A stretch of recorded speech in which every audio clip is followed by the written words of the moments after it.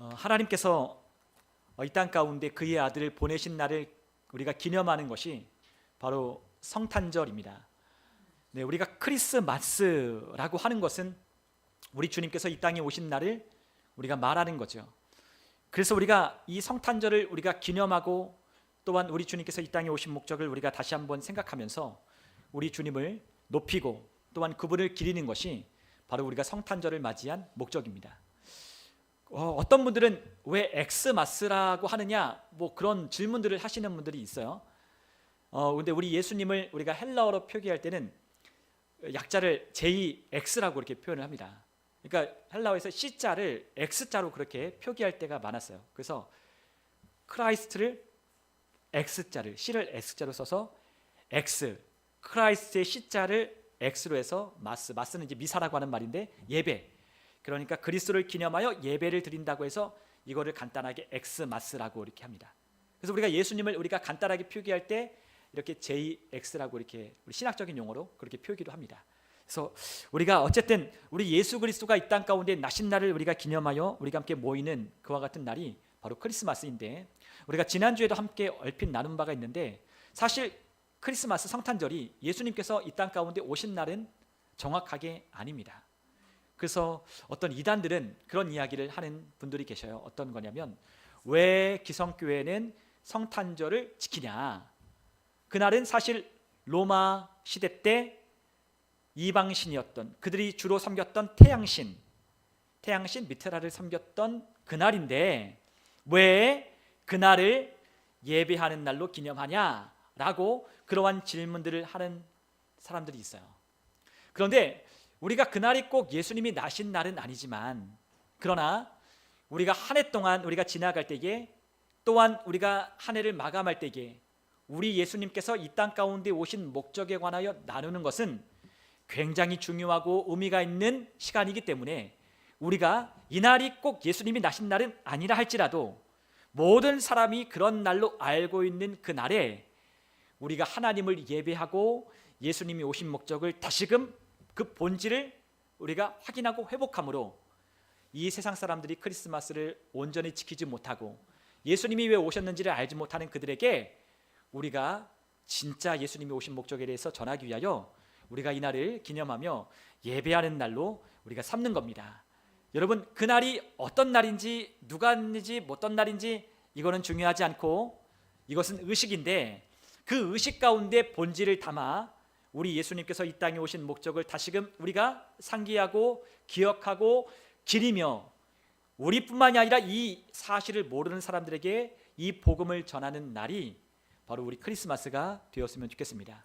그래서 모든 사람들이 지금 이 크리스마스 시즌이 되면 지금 막 연말에 모임이 잦고, 그리고 또한 그 모임 가운데 우리가 크리스마스 장들을 해놓으면서 우리가 막 즐겁게 그렇게 그날을 보내는데, 사실 그날의 주인공은 예수님이시잖아요.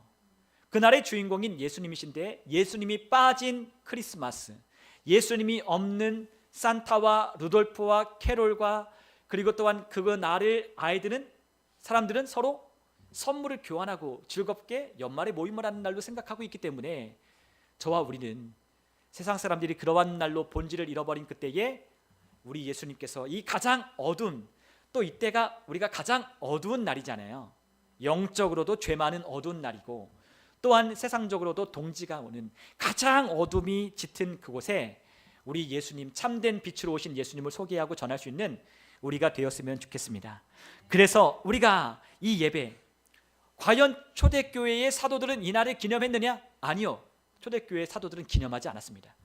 성경에는 성탄절을 지키라고 한 말이 아무것도 없기 때문에, 더군다나 예수님이 언제 태어났다라고 기록되어 있진 않은 것은 우리에게 그 날에 관하여 정확하게 우리에게 정해놓지는 않았습니다. 그러나 후대에 예수님이 이 땅에 오신 목적을 잃어버리고 또한 예수님이 왜 오셨는지 우리 무감각해진 우리에게 다시금 그 의미를 회복하고 본질을 우리가 알아가기 위해서 우리가 이 날을 지킨다라는 것을 우리가 생각해 보면서 우리가 이 크리스마스를 보내셨으면 좋겠습니다. 여러분, 한 해의 마지막이 우리가 다가옵니다. 많은 사람들이 메리 크리스마스 합니다. 그러나 그 메리 크리스마스, 즐거운 크리스마스가 되어야 하는 이유는 우리 예수님께서 우리를 위하여 오셨기 때문이라는 것을 우리가 꼭 그들에게 알려주었으면 좋겠어요. 왜 즐겁냐? 사람들이 만나서 술 먹고 마시고 흥청망청 선물 나누며 그와 같은 것이 기쁜 것이 아니라, 아이들은 부모님을 통해 선물 받는 날이 기쁜 것이 아니라 예수님이 우리를 구원하셨기 때문에, 구원하러 오셨기 때문에 참으로 기쁜 날이다 라는 것을 우리가 알려주었으면 좋겠어요. 여러분, 시대가 변하면 변할수록 점점 크리스마스의 본질은 퇴색되어 갑니다. 크리스마스라고 하는 말도 찾아보기 어렵습니다. 해피 할러데이라고 하는 말로 변경되고 아예 그런 말조차도 없어요. 해피 할러데이, 메리 크리스마스라고 하는 문구도 찾아보기 어렵습니다. 단지 휘황찬란한 그와 같은 불빛들, 장식들, 그와 같은 것들만 남았다는 거죠. 그런데 진짜 이 땅에 우리가 기념하고 우리가 즐거워야 되는 이유는 예수님이 우리의 죄 때문에 이 땅 가운데 오셨다는 그와 같은 목적이기에, 오늘 이와 같은 목적을 다시금 우리가 회복하고 진짜 목적이신 예수님을, 우리 주변에 예수님을 알지 못하여 어둠 가운데 있는 자들에게, 또한 진짜 기쁨의 이유를 모르는 사람에게, 그냥 연말을 그렇게 사람들과 즐거운 모임을 하며 지내는 사람들에게 영원한 기쁨이자 즐거움이신 예수님을 소개하는 저와 여러분이 되었으면 좋겠습니다. 여러분, 영적으로 깨어 있어 보십시오. 그러면 이 날이 얼마나 어두운 날인지 우리가 알게 될 겁니다. 얼마나 많은 사람들이 죄를 짓고 타락하는 날인지 알게 될 겁니다. 많은 사람들이 가장 많이 타락하는 날이 크리스마스 날, 크리스마스 이브에서 크리스마스로 지나가는 날, 많은 사람들이 죄를 범하는 날이라고 통계가 나와 있습니다. 모텔, 호텔, 방이 없습니다. 여러분, 술집마다 다 가득 차 있습니다. 여러분, 그날에 정말로 예수님이 기뻐하실까요? 기뻐하지 않으실 겁니다. 우리가 만나고 모임하는 일 주님이 동의하지 않으실 겁니다. 우리가 진정한 크리스마스의 날을 회복해서, 그리고 점점 기독교의 색채를 지워가는, 점점 정부나 사회나 기업이나 이와 같은 곳에서 점점점 정치적인 종교적인 색깔 지우자 하며 크리스마스 예수님에 관한 이야기를 없애버리는 산타와 루돌프만 남은 그와 같은 날이 되어서는 안 되잖아요. 그래서 우리 그리스도인들이 더욱더 깨어서 이 날을 복음을 전하는 날로, 예수님을 소개하는 날로 우리가 삼았으면 좋겠습니다. 여러분, 우리가 크리스마스를 왜 기념해야 되냐? 그날을 기념하는 것은 세 가지의 이유가 있기 때문입니다. 첫 번째는 하나님께서 우리를 위하여 하신 일이 무엇인지, 행하신 일이 무엇인지를 우리가 기억하기 위하여 우리가 성탄절을 우리가 기념하는 겁니다. 하나님께서 어떤 일을 행하셨죠? 하나님이 인류를 구원하시기 위하여 뜻을 정하시고 우리를 위하여 하나밖에 없는 그의 아들 독생자를 이 땅에 보내셨어요. 여러분, 우리가 하나님의 말씀을 우리 같이 한번 읽어보면 요한복음 1장 18절에 이렇게 기록되어 있습니다. 우리 요한복음 1장 18절을 우리 같이 한번 읽어볼까요? 본래 하나님을 본 사람이 없으되 아버지 품속에 있는 독생하신 하나님이 나타내셨느니라. 아멘. 아무도 하나님을 본 사람이 없답니다. 그런데 그 하나님께서 그 하나님을 이 땅에 보여주기 위하여 그의 아들을 육신의 몸을 입고 이 땅에 보내셨다는 거예요. 여러분, 하나님께서 우리를 이처럼 사랑하셨습니다. 오지 않아도 되시는 그분이 그냥 죄인을 말살시키고 멸망시켜도 상관없는 그와 같은 죄인들을 위하여, 하나님을 떠난 자들을 위하여 하나님이 지극히 사랑하셔서 그의 아들을 보내주셨다고 말씀하십니다. 우리는 그 예수님을 직접 눈으로 보진 못했지만 그 예수님을 직접 본 사람들이 전한 이 복음들을 우리는 받았고, 우리는 그 복음을 통하여 우리는 구원을 받았습니다. 여러분, 우리는 눈으로 보진 못했지만 우리는 그분을 사랑한다라고 베드로 사도는 말씀했습니다. 여러분, 우리에게 그 사랑을 직접, 그분이 아무리 말씀해도 그 백성이 그 사랑을 알지 못하기에 그 하나님의 사랑이신, 그 사랑의 완전한 화신이신 예수님을 우리 가운데 보내어 주신 것이 하나님이 행하신 일입니다. 그렇기 때문에 우리는 그날을 기념해야 하는 거죠. 두 번째로 우리가 그날을 기념해야 되는 이유는 예수님이 누구신지를 정확히 알기 위하여 우리가 그날을 기념하는 겁니다. 여러분, 우리가 하나님의 말씀 마태복음 1장 23절에 오늘 우리가 함께 읽은 본문에도 이렇게 나와 있는데, 보라, 처녀가 잉태하여 아들을 낳을 것이요 그의 이름을 임마누엘이라 하리라 하셨으니 이를 번역한즉 하나님이 우리와 함께 계시다 함이라 라고 말씀하셨습니다. 여러분, 이 세상 가운데, 인간 가운데 신성을 가진 사람은 단 한 분밖에는 안 계셨습니다. 그분은 인성을 가지셨을 뿐만 아니라 하나님의 아들이셨기에 신성도 동시에 가지고 계신 유일하신 하나님이셨습니다. 그분은 신성과 인성을 가지고 우리 가운데 오셔서 우리의 죄를 위하여, 죄 없으신 하나님의 아들이 대신 십자가에서 죽으심으로 우리의 죄를 사하여 주셨습니다. 그 예수님이 누구신지를 우리가 알기 위하여 우리가 오늘 이 날을 기념하며 예수님에 관한 이 말씀을 다시금 우리가 보게 되는 겁니다. 세 번째로 우리가 이 날을 기념해야 되는 이유는 그 결과로 하나님께서 행하시고 하나님께서 보내신 그 아들이 이루신 그 일을 통하여 그 결과로 우리가 누구인지를 알게 되기 때문에 우리가 이 날을 기념하는 거예요. 여러분, 우리는 하나님이 행하시고 예수님이 이루신 그 일을 통하여 우리가 누구인지를 압니다. 하나님이 행하시고 그 아들이 이루신 그 일이 없다면 오늘 우리와 여러분과 저는 누구인지를 알지 못하는 거예요. 그러나 그분이 행하신 일과 그 아들이 이루신 일 때문에 우리는 하나님의 자녀가 되는 권세를 가졌다라고 말씀하셨어요. 여러분, 우리가 요한복음 우리가 1장 12절에 우리가 잘 아는 말씀이죠. 영접하는 자 곧 그 이름을 믿는 자들에게는 하나님의 자녀가 되는 권세를 주셨으니 이는 육정으로나 혈통으로 되지 아니하고 오직 하나님으로부터 난다라고 했습니다. 하나님께로부터 난 자들, 그것이 바로 우리가 이날을 기념해야 되는 이유입니다. 그 결과로 저와 여러분들은 새로운 피조물이 되었습니다. 우리의 이전 것은 다 지나갔고 우리 주님께서 우리를 복음으로 말씀으로 낳으셔서 하나님의 자녀가 되는 권세를 주셨어요. 무엇 때문에? 하나님이 정하신 뜻과 그 뜻을 이루러 오신 그분이 성취하심으로 인하여 저와 여러분들은 하나님의 자녀가 되는 권세를 가지게 되었다는 거예요. 그것으로 우리는 누구인지를 알기 시작하는 겁니다. 우리 그리스도인들은 보통 사람이 아닙니다. 우리는 그리스도 예수의 생명을 가진 자요 하나님의 영생을 가진 그와 같은 생명을 부여받은 사람들입니다. 우리가 누구인지를 정확하게 알려면 예수님이 누구신지를 알아야 하고 하나님이 또한 어떤 분이신지를, 그분이 어떤 일을 행하셨는지를 우리가 알 때에야 우리가 얼마나 사랑받고 존귀한 자인지를 우리가 알 수 있게 되는 것이죠.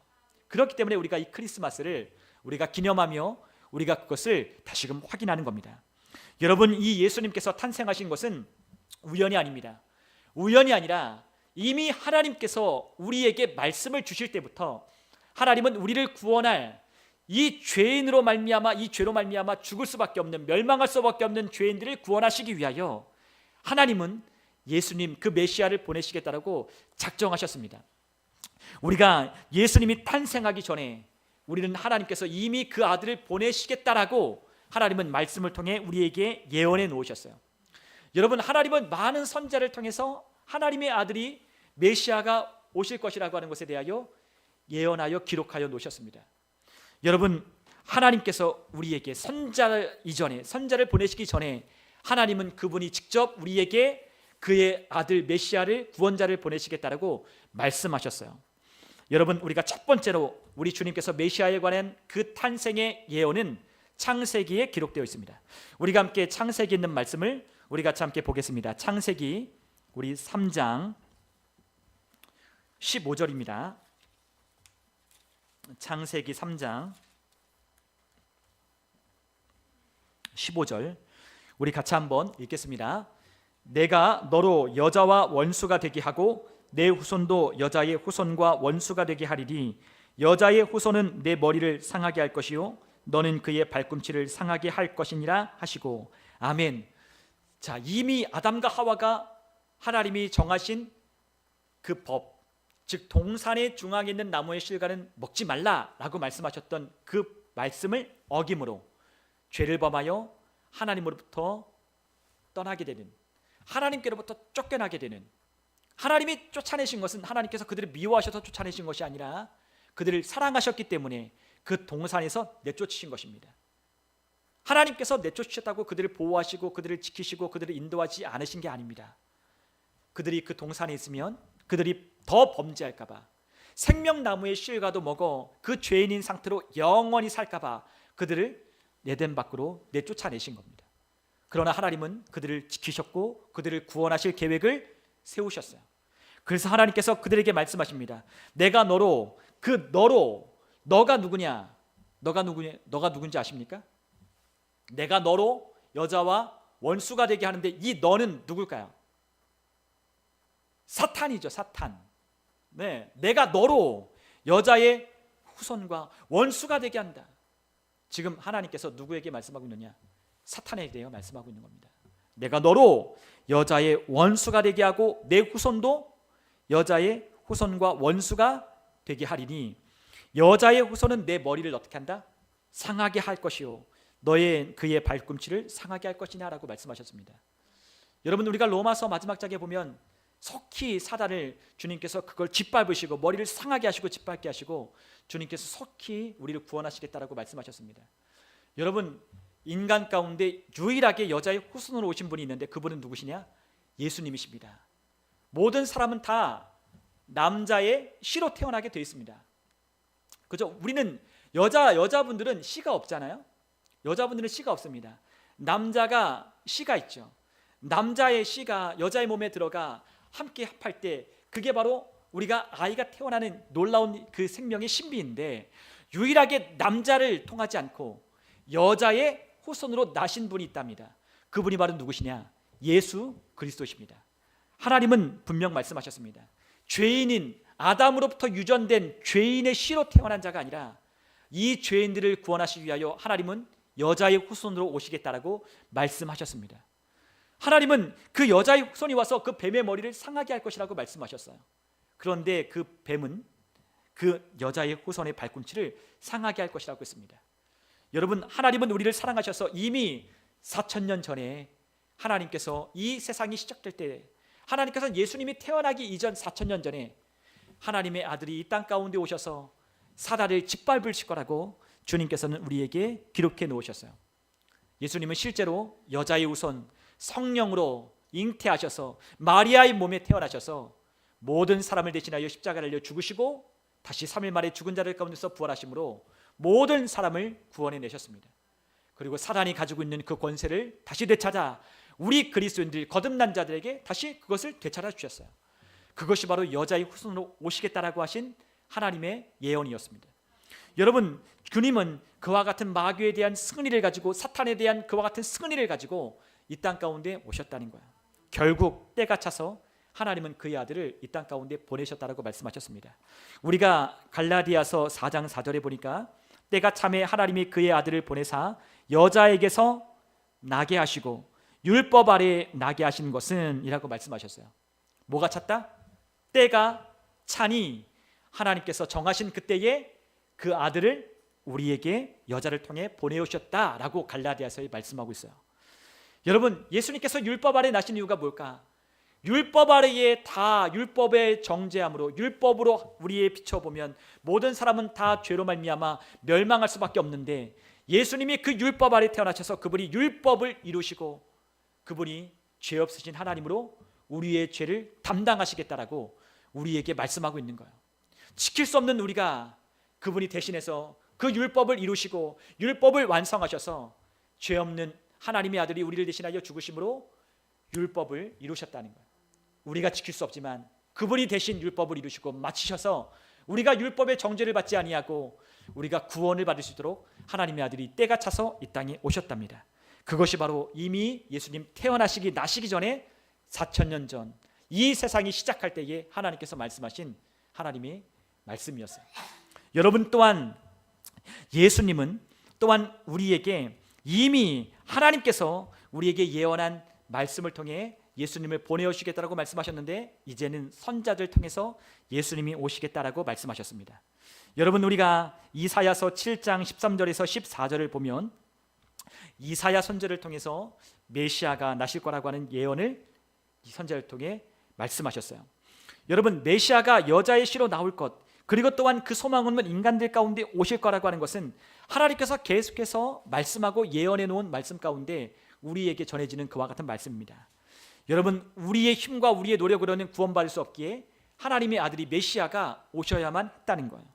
여러분, 이사야가 예언한 하나님으로부터 받은 말씀을 우리 같이 한번 읽어보면 좋겠습니다. 이사야서 7장 13절로부터 14절까지의 말씀인데, 우리 같이 한번 14절에 있는 말씀만 우리 같이 한번 읽어보겠습니다. 그러므로 주께서 친히 징조를 너희에게 주실 것이라. 보라, 처녀가 잉태하여 아들을 낳을 것이요 그 이름을 임마누엘이라 하리라. 아멘. 이 말씀은 예수님 나시기 전에 750년쯤 전에 예언된 말씀이었어요. 여러분, 우리가 이 성경에 관한 이 연대를 우리가 정확하게 알 수 있는 이유는 성경이 아주 정확한 기록이기 때문에 우리가 그것을 알 수 있는 겁니다. 혹자는 이 세상이 몇 억 년 전, 몇만 년 전 이 세상이 그렇게 존재했다라고 말하지만 성경은 정확하게 연대를 기록해 놓았어요.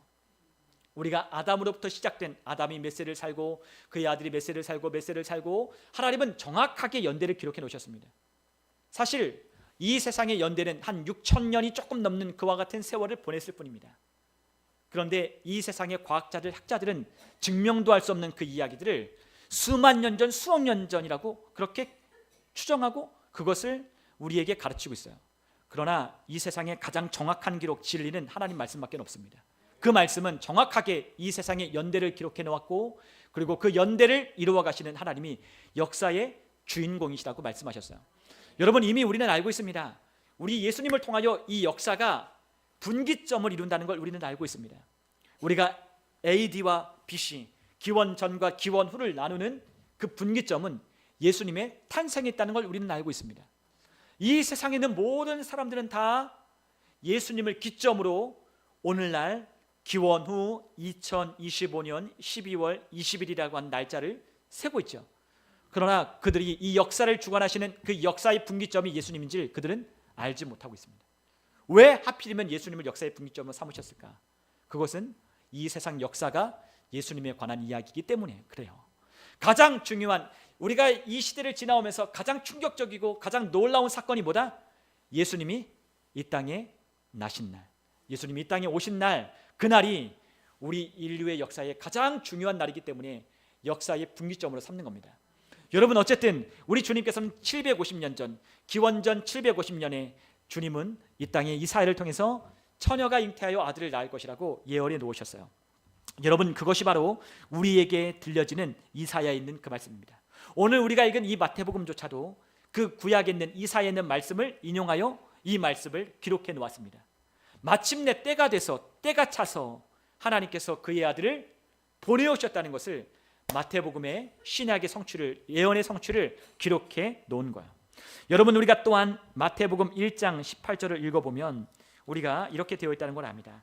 우리 마태복음 1장 18절을 보면 예수 그리스도의 나심은 이러하니라. 그의 어머니 마리아가 요셉과 약혼하고 동거하기 전에 성령으로 잉태된 것이 나타났더니 라고 말씀하셨어요. 여러분, 또한 21절로부터 23절까지를 보면 아들을 낳으리니 이름을 예수라 하라. 이는 그가 자기 백성을 그들의 죄에서 구원할 자이심이라 하니라. 이 모든 일이 된 것은 주께서 선지자로 하신 말씀을 이루려 하심이라. 뭘 이루려 하심이라? 선지자로 하신 말씀을. 누가? 주께서 선지자로 하신 말씀을 이루려 하심이라고 하셨어요. 그 말씀이 뭐예요? 23절에 있는 말씀처럼 보라, 처녀가 잉태하여 아들을 낳을 것이요 그 이름을 임마누엘 하리라 라고 했던 이사야 선지자가 예언해 놓은 그 말씀입니다. 주님은 그 말씀을 선지자를 통해서 전하시고 그것을 마침내 때가 차서 이루기 위하여, 그리고 그 십자가로 통치자와 권세들을 무력화하고 또한 그들을 드러내어 구경거리로 삼으시기 위하여 십자가로 그들을 이기셨다라고 골로새서 2장 15절에 말씀하신 것과 같이 주님은 사망 권세를 이기시고 또한 죄인들을 구원하시기 위하여 이 땅에 오셨다라고 말씀하고 있는 겁니다. 여러분, 그런데 예수님이 나신다라고 하는 그와 같은 것만 성경에 기록되어 있는 게 아니라 성경에는 또 놀라운 예언들이 있습니다. 우리가 예수님에 관한 예언은 너무나도 많은데 예수님이 태어난 장소와 그 시대적인 배경까지도 성경은 예언해 놓고 있다는 걸 우리가 확인할 수 있어요. 우리가 미가서 우리가 5장 2절에 보면 예수님이 어디서 나실 것인지에 관한 그것도, 출생 시기에 관한 것도 기록해 놓았다는 것을 알 수 있습니다. 우리 한번 미가서 5장 2절을 같이 한번 읽어보도록 하겠습니다. 베들레헴 에브라다야, 너는 유다 족속 중에 작을지라도 이스라엘을 다스릴 자가 내게서 내게로 나올 것이라. 그의 근본은 상고에 영원히 있느니라. 아멘. 아멘. 예수님이 나실 것만 예언해 놓으신 것이 아니라 예수님이 어디서 나실 건지에 대해서도 성경은 이미 예언해 놓고 있다는 거예요. 여러분, 우리가 가끔 여러분 점을 보는 분들이 계시잖아요. 근데 점을 보면 갑자기 우리의 너 오늘 뭐 때문에 왔지? 라고 하면 우리 깜짝깜짝 놀라잖아요. 그리고 우리 미래가 안 맞는 것도 참 많지만 우리는 우리의 과거를 기똥차게 바친다라고 해서 점쟁이 용하다라고 그렇게 얘기를 합니다. 여러분, 그런데 진짜 정확한 예언, 더 놀라운 예언은 어디에 있느냐? 하나님 말씀에 있습니다. 여러분, 만약에 하나님 그렇게 말씀하셨어요. 소송해보고 우상들아 예언해봐라. 그러나 너희의 예언은 아무것도 아니라고 말씀하셨어요. 왜요? 미래사를 말하고 장래를 말해보고 장래를 얘기해봐라. 너희들은 다 헛된 우상이다라고 주님은 말씀하셨습니다. 과거는 알 수 있지 모르나 미래와 장래는 누구에게 속한다? 하나님께 속하기 때문에 장래를 말해보라고 하나님께서 우상들에게 말씀해보라고 이사야서에 말씀하셨어요. 여러분 장래, 미래, 예언을 정확하게 1.1획도 오차 없이 이루시는 분은 하나님밖에 없으십니다. 여러분 얼마나 놀라운 말씀인지요. 성경을 여러분들 상고하고 연구해 보시면 얼마나 많은 예언들이 있는지 모릅니다. 그 예언들이 얼마나 그것들이 여러분 예언의 하나가 맞을 확률은 50%잖아요. 그렇죠? 하나가 맞을 확률은 50%예요. 되는지 안 되는지. 그런데 그 다음에 예언을 또 맞출 확률은 여기 수학 선생님 없으신가요? 예언에 하나 또 예언에 맞출 확률은 몇 퍼센트 되느냐? 25%가 되나요? 그렇죠? 2분의 2, 2분의 2 하면 4분의 1. 예, 그리고 또 예언을 맞추려면 다음 세 번째 예언을 맞출 확률은 곱해서 이 확률이 이제 나가니까 더 줄어드는 거죠. 근데 그 예언의 예언을 다 맞출 확률은 얼마나 되냐? 이 세상에 비행기가 하늘 떨어져서 다시 비행기로 조립될 확률이라고 했어요. 계속된 예언이 하나도 틀림없이 다 이루어지고 맞출 수 있는 확률. 그거는 비행기 부품을 그냥 하늘에 쏟아부어서 비행기가 만들어지는 확률이라 했습니다. 말이 안 되는 거죠. 그런데 그 예언이 어디 있느냐? 하나님께서 1.1획이라도 다 이루고야 말리라 말씀하신 것과 같이 성경의 예언 그 말씀만이 오늘 정확하게 이 예언 장래와 이 세상 역사를 말하고 있다는 겁니다. 여러분 하나님은 이렇게 정확하게 우리에게 예수님이 나실 것과 그분이 어디에서 나실 것까지도 다 예언해 놓으셨어요.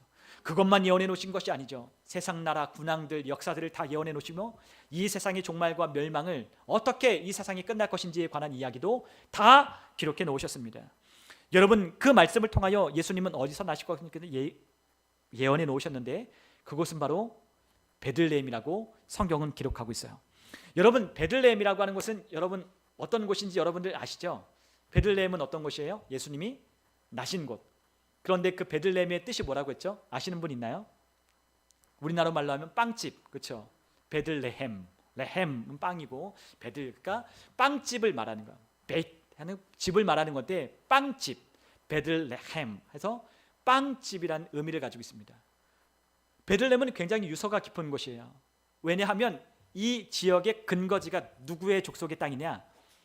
유다 족속의 땅이기 때문입니다. 여러분 그런데 이 유다 족속의 땅 그곳에 어떤 일이 있었냐? 사무엘이 다윗에게 왕이 될 기름을 부은 예언한 곳이 어디냐?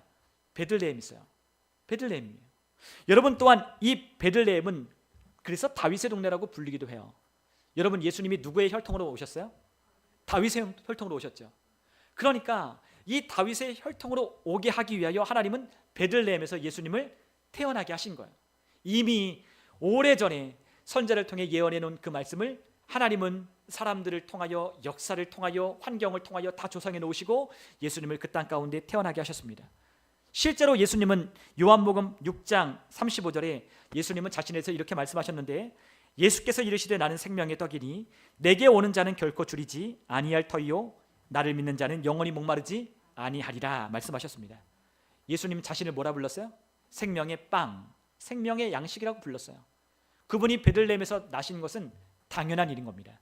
그분은 양식으로 모든 사람에게 주려 죽을 수밖에 없는 우리를 위하여 생명의 빵이 되어 누구든지 그의 몸과 살을 또한 피를 마시는 자마다 구원 얻을 수 있도록 우리 가운데 오신 하나님의 아들이라고 말씀하고 있는 거죠. 여러분 예수님은 계속해서 이 땅에서 그 왕국의 복음을 선포하셨어요. 여러분 마태복음이라고 하는 이 복음서는 우리에게 왕국의 복음이라고 불립니다. 여러분 우리가 마태복음, 마가복음, 누가복음 그리고 요한복음이 우리가 사복음서가 있는데 이 사복음서가 있는 이유는 각각의 이유가 있기 때문이에요. 뭐 이거를 다 설명하면 시간이 많기 때문에 다 설명 못하겠지만 마태복음은 왕국의 복음이라고 합니다. 그래서 왕국의 복음, 그 왕 메시아가 오실 것에 관한 족보가 마태복음은 시작할 때부터 족보로 시작하는 거예요. 왜요? 왕국의 복음이니까. 누가 오신다? 왕. 예수님은 마태복음, 마태가 본 예수님은 어떤 분이시냐? 왕으로 오신 하나님. 그래서 왕국의 복음이 시작되면서 그의 혈통을 이야기하는 거예요. 근데 그의 혈통을 이야기하는데 누구로부터 왔다고 이야기하고 중요하게 강조하느냐? 다윗을 통하여 왔다는 걸 강조하는 거죠. 여러분, 우리가 마태복음 1장 1절에 우리가 다 아는 말씀이죠. 아브라함과 다윗의 자손 예수 그리스도의 계보라. 여러분, 예수 그리스도의 계보가 등장하는 이유가 뭐다? 이 마태복음은 예수님을 왕으로 우리에게 소개하고 있기 때문이에요. 그렇기 때문에 족보가 나타나는 겁니다.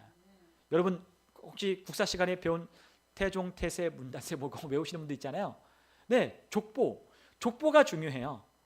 족보, 왕의 혈통, 왕가의 가문으로 오신 예수님을 소개하기 위하여 다윗의 동네로, 또한 다윗을 그의 계보 가운데 드러나게 하시는 거예요. 여러분, 주님께서는 또한 우리에게 누가복음 1장 31절과 33절에 이와 같이 말씀해 놓았습니다. 우리 한번 31절로부터 33절까지를 우리 같이 한번 읽어볼게요. 함께 읽겠습니다. 보라, 내가 잉태하여 아들을 낳으리니 그 이름을 예수라 하라. 그가 큰 자가 되고 지극히 높은 이의 아들이라. 일컬어질 것이요 주 하나님께서 그 조상 다윗의 왕위를 그에게 주시리니 영원히 야곱의 집을 왕으로 다스릴 것이며 그의 나라가 아니라. 아멘. 그의 혈통이 왕가의 혈통이라는 것을 말씀하시며 또한 그 혈통을 우리에게 보여주셔서 그분이 영원한 왕위를 가지시고 다스릴 하나님의 아들이시라는 것을 우리에게 확증하고 보여주고 있는 거예요. 여러분, 하나님은 우리에게 이 족보와 이 계보를 우리에게 보여주시면서 아주 중요한 인물 두 사람을 들었어요. 우리가 아까 마태복음 1장 1절에 있는 것처럼 두 사람, 어떤 사람을 들었냐? 많은 족보의 조상들이 있는데 딱 두 사람을 들었습니다. 두 사람 누구냐? 아브라함과 다윗입니다. 여러분, 예수님이 왜 아브라함의 후손이요 또한 다윗의 자손으로 오셨는가? 이 두 사람의 각각의 의미가 있기 때문이에요. 여러분, 아브라함은 어떤 사람이냐? 믿음의 조상입니다. 그런데 그 아브라함을 통하여 하나님은 축복하신 것이 있습니다. 그 축복이 무엇인지 여러분들 기억하십니까? 창세기 12장에 보면 하나님께서 그 아브라함에게 하신 약속의 말씀이 있었습니다. 우리 한번 창세기 12장을 우리 한번 같이 한번 가보시죠. 우리 12장 1절과 2절, 3절을 우리 같이 한번 찾으신 분은 함께 읽어보겠습니다. 여호와께서 아브라함에게 이르시되 너는 너의 고향과 친척과 아버지의 집을 떠나 내가 내게 보여줄 땅으로 가라. 내가 너로 큰 민족을 이루고 내게 복을 주어 내 이름을 창대하게 하리니 너는 복이 될지라. 너를 축복하는 자에게는 내가 복을 내리고 너를 저주하는 자에게는 내가 저주하리니 땅의 모든 족속이 너로 말미암아 복을 얻을 것이라 하신지라. 아멘. 여러분, 이 예언적인 선포의 말씀입니다. 근데 이 아브라함을 통해 복이 될지라고 말씀하셨는데 이 복이 실체가 예수님이십니다. 여러분, 이 복의 실체가 누구시다? 예수 그리스도. 천하 만민이 아브라함의 후손을 통하여 복을 받을 것이라고 말씀하셨는데 그것이 바로 예수님이라고 우리에게 말씀하고 있는 거예요. 여러분, 우리가 이 예수님이 아브라함과 연결된 것은 모든 예수님을 믿는 자들마다 아브라함이 하나님께로 받은 유업이 믿는 자들의 것임을 확증하기 위하여 예수님이 아브라함의 계보를 통해서 오신 거예요. 여러분, 또한 다윗을 통해 오신 것은 무엇 때문이다? 그분의 왕위가 영원하다. 그분이 영원한 왕으로 이 땅에 오셨다는 것을 우리에게 확증하기 위하여 다윗과 연결시킨 거예요. 여러분, 이 두 가지를 우리가 오늘날 거듭난 그리스도인들에게 적용해 보면 그것이 무엇이냐? 거듭난 그리스도인들은 예수님을 통하여 복의 전달자가 되도록 우리를 하나님의 유업을 받은 자로 하나님이 우리를 구원하셨다는 거예요. 여러분, 믿는 자들은 다 아브라함이 가진 유업을 받았다라고 말씀하셨습니다. 하나님께서 제한 없는 우리 모든 아브라함이 받던 그 유업을 우리 믿는 자들에게 주셨다고 말씀하셨어요. 그래서 우리가 하나님께 복을 달라고 비는 자가 아니라 우리가 뭐 하는 자다? 복을 얻은 자로서 전하는 자가 되어야 하는 거죠. 다른 사람들을 축복하고 다른 사람들을 이 복의 근원이신 하나님의 아들 예수님께로 인도하고 연결하긴 그와 같은 복음을 전하는 자로 우리를 불러주신 거예요. 그리고 또한 우리는 거듭난 그리스도인들은 왕 같은 제사장이라고 베드로전서에 말씀했습니다. 여러분, 우리는 그의 소유된 백성이요 그의 나라요 그의 택하신 하나님의 백성이라고 말씀했어요. 근데 우리를 왕 같은 제사장이라고 불렀습니다.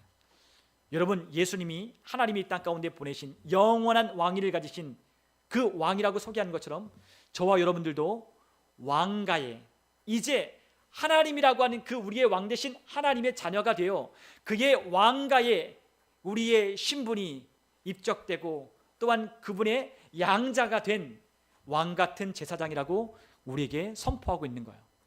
여러분, 우리의 신분을, 우리 예수님을 알면 우리가 아는 겁니다. 우리는 하나님의 축복과 그 유업을 받은 복받은 자들입니다. 그리고 이 복을 전할 자들이요, 또한 왕 같은 제사장으로서 하나님과 잃어버린 세상을 연결하는 왕 같은 제사장의 역할을 감당해야 한다라고 말씀하고 있는 거예요. 여러분, 그렇기 때문에 우리가 예수님을 아는 것이 너무나 중요한 거죠.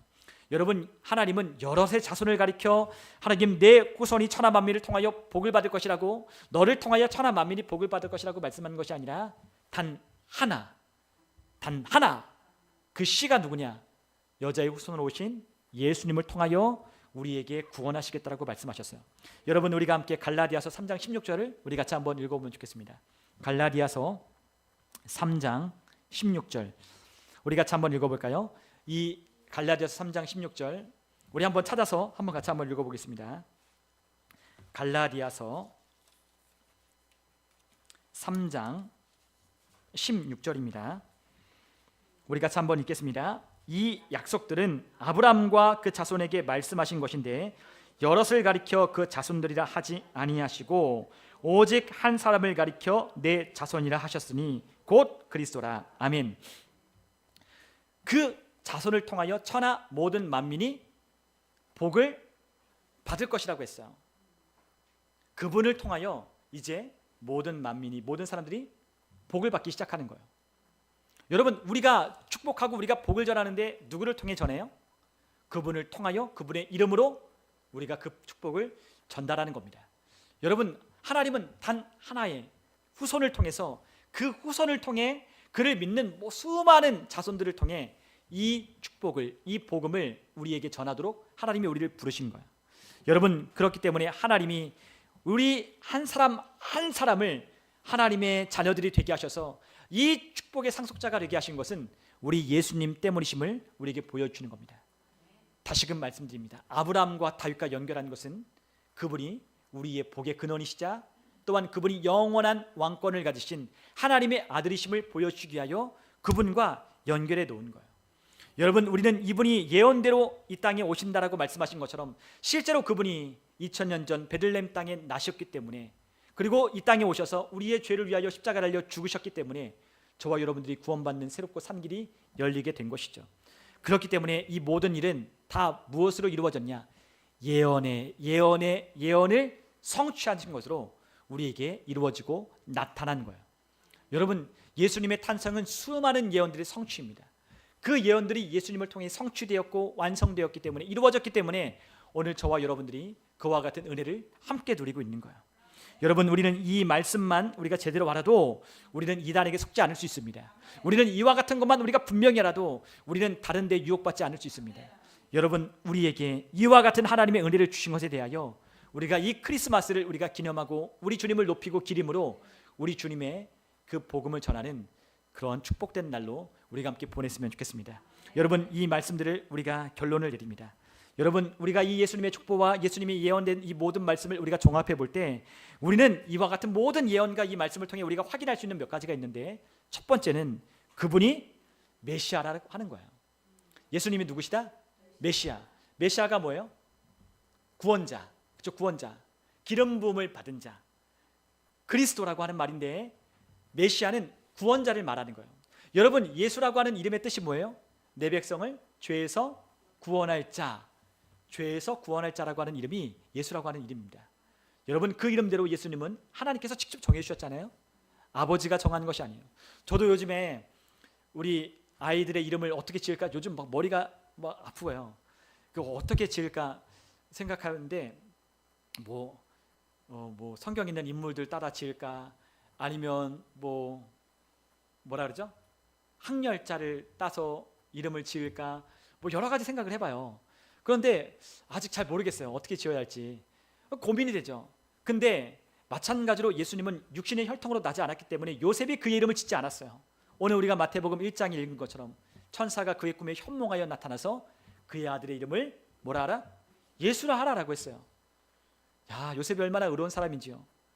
그 아내 된 마리아가 잉태했다는 걸 알면 사실 돌로 쳐 죽여야 되는 율법에 그와 같은 기록이 있는데 그 여인을 끊어내고 돌로 쳐서 죽이는 마땅히 이렇게 해도 상관없지만 하나님께서 그의 꿈에 나타나셔서 마리아 데려오기를 두려워하지 말라라고 말씀하신 그 말씀을 따라 의로운 요셉은 그 일을 감수하면서까지도 그의 아내를 데려왔어요.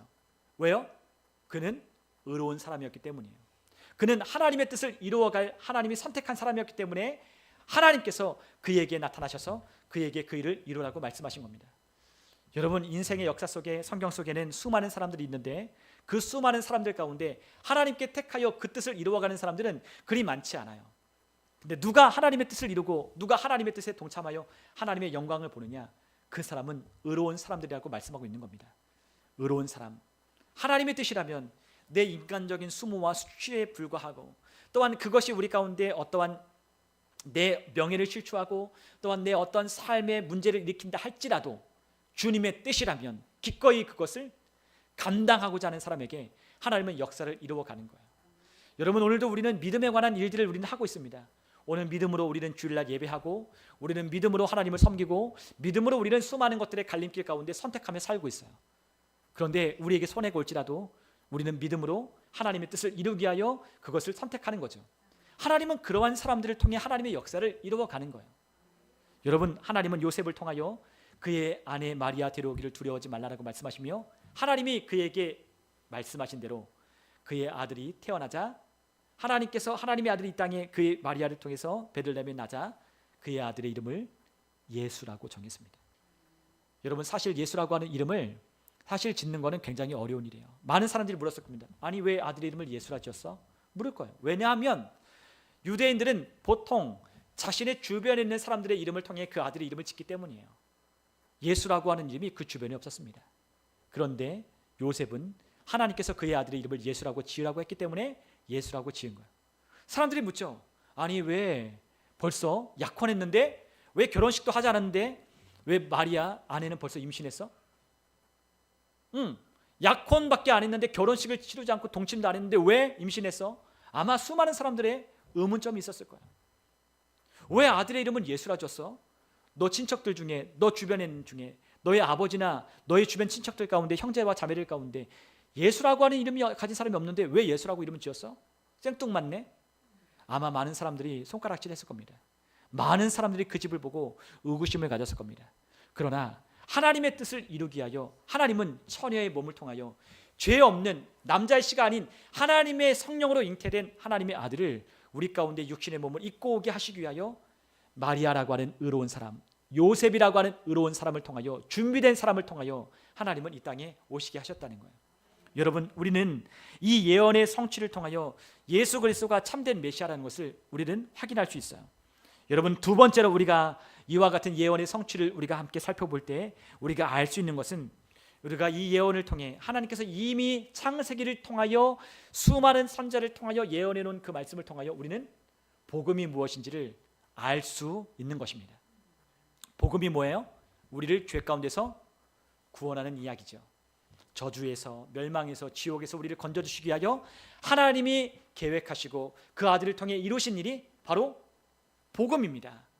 이 복음을 우리에게 주시기 위하여, 우리를 구원하시기 위하여 하나님께서 창세 전부터, 우리와 창세 전부터 이 세상에 존재하시고 상고 때부터 영원 전부터 계신 그 하나님의 아들을 우리를 위하여 이 땅에 보내어 주신 거예요. 우리는 이 복음을 통해서 진정한 하나님의 사랑이 무엇인지를 확인할 수 있는 겁니다. 그리고 또한 우리는 더 놀라운 사실은 하나님께서 그의 아들을 이 땅 가운데 보내실 때에 아브라함의 족보를 통하여, 다윗의 계보를 통하여 이 땅에 오시게 하셨다는 거예요. 오늘날 누구든지 믿는 자들은 아브라함의 족보 안으로, 믿음 안으로 들어갈 수 있는 길을 열어주셨어요. 누구든지 다윗이 가진 그 왕위를 우리도 함께 그 왕가로 우리를 들어가게 하셔서 우리도 그 왕의 권세를 가지고 예수님의 이름을 가지고 사용할 수 있는 특권을 주셨습니다. 이것이 바로 복음으로 이룬 우리의 삶인 거죠. 마지막으로 우리가 이 예언의 성취를 통해 우리가 깨달을 수 있는 것은 이 모든 세상의 역사의 주인공은 예수님이시라는 걸 우리가 확인할 수 있는 겁니다. 여러분, 세상 사람들이 예수님을 믿든 안 믿든 모든 사람들은 역사를 그들은 배우고 역사의 현장 아래 그들은 살고 있어요. 여러분, 우리가 너무나 잘 아는 히스토리, 역사의 영어의 그 단어가 his story, 그분의 이야기잖아요. 누구 이야기? 예수님 이야기. 그것이 바로 세상의 역사이죠. 여러분, 세상의 역사를 정확하게 알고 해석하려면 예수님이 있어야 합니다. 아무리 이 세상 나라의 군왕들, 열왕들, 그리고 또한 그들이 해왔던 행적들, 그들이 뛰어난 업적들, 예수님이 없으면 아무것도 아닌 거예요. 여러분, 이 세상은 지금도 예수님을 통하여 움직이고 있습니다. 왜냐하면 그분이 모든 세상의 주인이시기 때문이에요. 여러분, 우리는 예언의 성취를 통해 다시금 이 역사의 주인공이 누구신지, 역사의 분기점이 되시고 역사의 시작과 끝이 되시는 알파와 오메가 되시는 분이 예수님이라는 것을 우리는 알 수 있게 되는 것입니다. 여러분, 우리가 다시금 이 예수님의 탄생에 관한 이야기를 통하여, 그리고 이것이 오래전에 하나님께서 말씀하시고 예언하신 그 말씀들을 통하여 성취된 사건임을 우리가 함께 확인하고 기억하면서 우리가 이 크리스마스를 지나올 때 우리의 삶을 함께 되돌아보셨으면 좋겠어요. 여러분, 결국은 그겁니다. 하나님께서 자신이 하신 말씀을 이루신다는 거예요. 그분이 하신 약속을 이루시는 겁니다. 오늘 우리가 함께 마지막 찬양할 때 내 마음을 다하여, 여러분, 영원하신 하나님, 신실하신 그 하나님이 우리와 언약하신 그것을 이루시는 거죠. 그것 때문에 저도 오늘 찬양할 때 눈물이 났어요. 그분이 약속하신 것을 반드시 이루시는 분이시기 때문이에요. 그분은 신실하신 하나님이십니다. 우리를 구원하시기 위하여 자신이 하나밖에 없는 독생자 외아들, 그 아들 예수를 우리를 위하여 보내주신 것처럼 그분은 저와 우리와 약속하신 것을 반드시 이루어 가실 거예요.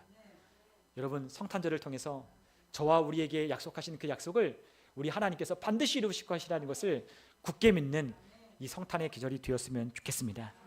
여러분, 오늘 우리의 삶이 어떠한 처지에 있든 어떠한 환경에 있든 어떠한 형편에 있든 간에 우리는 하나님의 자녀들입니다. 우리는 그분의 핏값으로 구원받은 하나님의 자녀들입니다. 여러분, 우리를 통하여 주님이 원하시는 것은 우리가 하나님의 자녀일 뿐만 아니라 왕가에 속한 제사장들이라는 것을 우리가 알기를 원하십니다. 영원한 왕권을 가지고 오신 그분이 우리에게 준 이 왕권을 우리도 소유하고 누리고 다스리기를 원하시고 계십니다. 여러분, 우리가 하나님의 아들이 이 세상과의 어떠한 관계를 맺는다는 것 기억하시나요? 우리가 이 세상에서 통치자로, 다스리는 자로 살게 하기 위하여 우리가 하나님의 자녀 아들들이라고 하는 것을 우리에게 말씀하여 주셨어요. 여러분, 아들은 이 세상에서 왕처럼 사는 겁니다. 담대하게 사는 겁니다. 세상을 이기신 예수님의 말씀을 따라 이 세상에서 담대하게 사는 거예요. 여러분, 성탄의 계절에 주눅 들지 마시고 우리 주님이 역사의 주인공이시니까, 이 성탄절의 주인공이시니까 우리 예수님을 마음껏 전하며 이 예수님을 소개하는 저와 여러분들 다 되시기를 주님의 이름으로 축원합니다. 우리가 함께 이 시간 기도하겠습니다.